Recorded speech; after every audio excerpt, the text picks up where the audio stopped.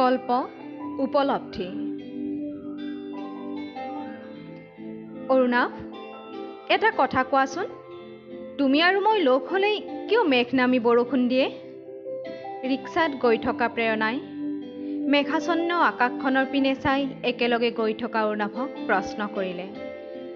ক্ষীণকে হাঁহি অৰুণাভে উত্তৰ দিলে, তুমি যে মোৰ বৰষুণ প্ৰিয় নাৰী, মোৰ বৰষুণ প্ৰিয় নাৰী। হ'ব হ'ব, এতিয়া আৰু কবিতা গাব নালাগে।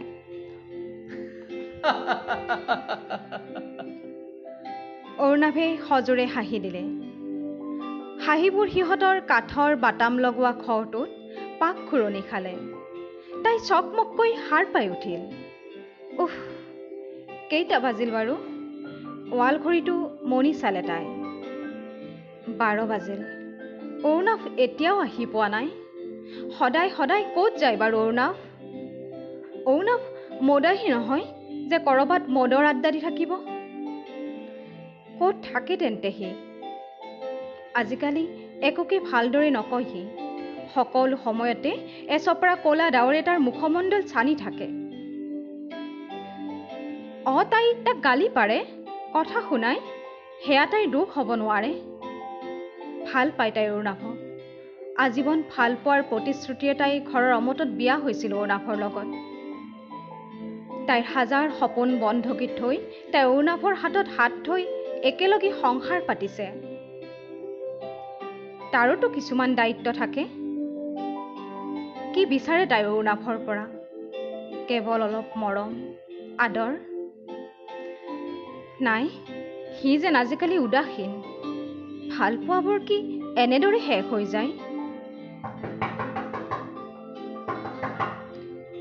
দুৱাৰত টোকৰ পৰিল। অৰুণাভ আহিছে। দুৱাৰ খুলি দিলে প্ৰেৰণাই। অৱশভাৱে সোমাই আহিল অৰুণাভ। অৰুণাভ, ইমান ৰাতিলৈ ক'ত কি কৰি থাকা তুমি? আমি দুটা মানুহৰ বাবে তুমি ইমান ৰাতিলৈ কষ্ট কৰিব নালাগে। মই অসহ্য বিভূতি নিবিচাৰোঁ অৰুণাভ, তোমাক বিচাৰোঁ। নিঃশব্দে অৰুণাভ কাপোৰ সলোৱাত ব্যস্ত হ'ল। নাই, তাইৰ কথাত কোনো কাণসাৰ নাই তাৰ। অৰুণাভৰ এনেকুৱা আচৰণত তাই ছটফটাই উঠে। বাঢ়ি থোৱা ভাতৰ কাঁহীখন উদঙাই ভাত খোৱাত লাগিল সি। আইনা লগোৱা খিৰিকীখনৰ সিপাৰে পশ্চিমলৈ পাৰ হৈ যোৱা অৰ্ধচন্দ্ৰটিলৈ চাই প্ৰেৰণাই মাত লগালে। অৰুণাভ, কি হৈছে তোমাৰ? মৰমবোৰ কি এনেদৰে শেষ হৈ যায়? প্ৰেৰণা প্লিজ, মই খুব ভাগৰুৱা, এতিয়া মোক শুবলৈ দিয়া। তাইৰ প্ৰয়োজনবোৰক উপলুঙা কৰি আকৌ এটি বিষাক্ত ৰাতি পাৰ হৈ গ'ল। অৰুণাভ, আজি তুমি কামলৈ নোযোৱা? দেৰিলৈ শুই থকা অৰুণাভলৈ চাই প্ৰেৰণাই সুধিলে। যাম, কিয়? তুমি ইমান ব্যস্ত নে অৰুণাভ? ব'লা না আজি ক'ৰবাত ফুৰিবলৈ যাওঁ। প্ৰেৰণা, তুমি সকলো সময়তে এনেকৈ থকাতকৈ তোমাৰ আধৰুৱা পঢ়া শুনাবোৰ শেষ কৰা কামত নলগা কিয়?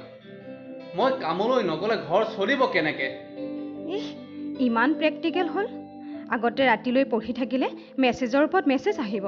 হ'ব দিয়া সোণজনী, আৰু কিমান পঢ়া, অলপ কথা পাতোঁ। মনতে ফৰফৰালে তাই। কিয় অৰুণাভ, কিয় এনে হ'ল? কেতিয়াওতো ভবা নাছিলোঁ এনে হ'ব বুলি। মোৰ পৰিয়ালৰ কোনোৱে প্ৰেম বিবাহ কৰা নাই, কেৱল ময়েই প্ৰেম বিবাহ কৰিলোঁ।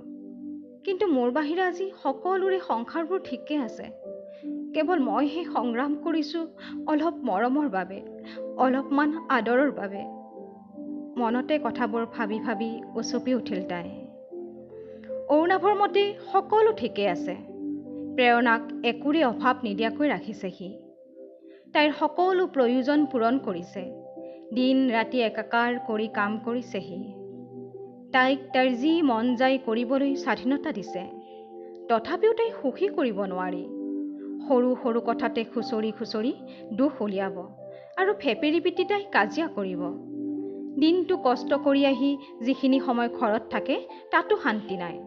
কামলৈ গ'লে তাইৰ অভিযোগ, তুমি সময় নিদিয়া, মোক মৰম নকৰা, ঘৰত থাকিলে অভিযোগ, এনেকৈ থাকিলে কি হ'ব, কামলৈ যোৱা।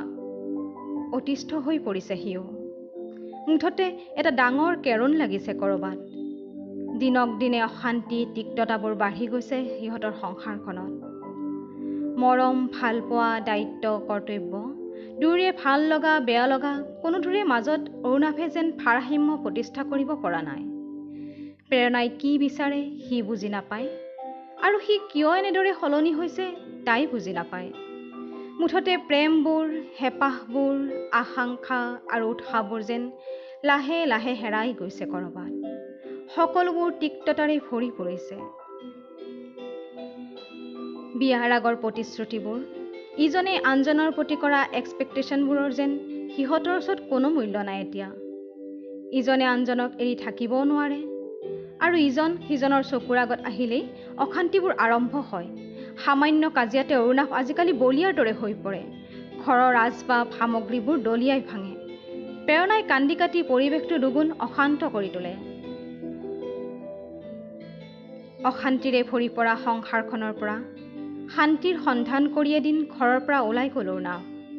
প্ৰেৰণা ব্যাকুল হৈ পৰিল অৰুণাভ অবিহনে। আলহী অতিথিৰ ঘৰ, লগ বন্ধুৰ ঘৰ কেওফালে খবৰ কৰিলে তাই। নাই, অৰুণাভ ক'তো নাই। বলিয়াৰ দৰে হৈ পৰিল প্ৰেৰণা। গুচি গৈছে অৰুণাভ তাইৰ পৰা বহুত দূৰলৈ, উদ্দেশ্যবিহীনভাৱে অনিৰ্দিষ্ট গন্তব্যস্থানলৈ। কিন্তু সুখ সন্ধানী সেই যাত্ৰাত অৰুণাভো সুখী হ'ব পৰা নাই। চলন্ত ৰেলৰ খিৰিকীৰে পাগলৰ দৰে জুমি জুমি চাইছে সি। কিজানি প্ৰেৰণা দৌৰি আহিছে তাৰ পিনে। সি যেন সকলোতে প্ৰেৰণাকে দেখিছে। সিহঁতৰ প্ৰেম গভীৰ দিনবোৰৰ এটা এটা স্নেপশ্বট তাৰ চকুৰ আগত ভাহি উঠিছে। নাই, সি বুজিছে, আজি সকলো বুজিছে সি। প্ৰেৰণা অবিহনে সি আধৰুৱা। সিহঁতৰ সংসাৰখনত ক'ত কেৰুণ লাগিছে সি বুজিছে। উপলব্ধিৰ অশ্ৰুৰে বাট নেদেখা হৈ পৰৱৰ্তী ষ্টেচনত নামি দিছে অৰুণাভ, আৰু ঘৰমুৱা ৰেললৈ বাট চাইছে সি।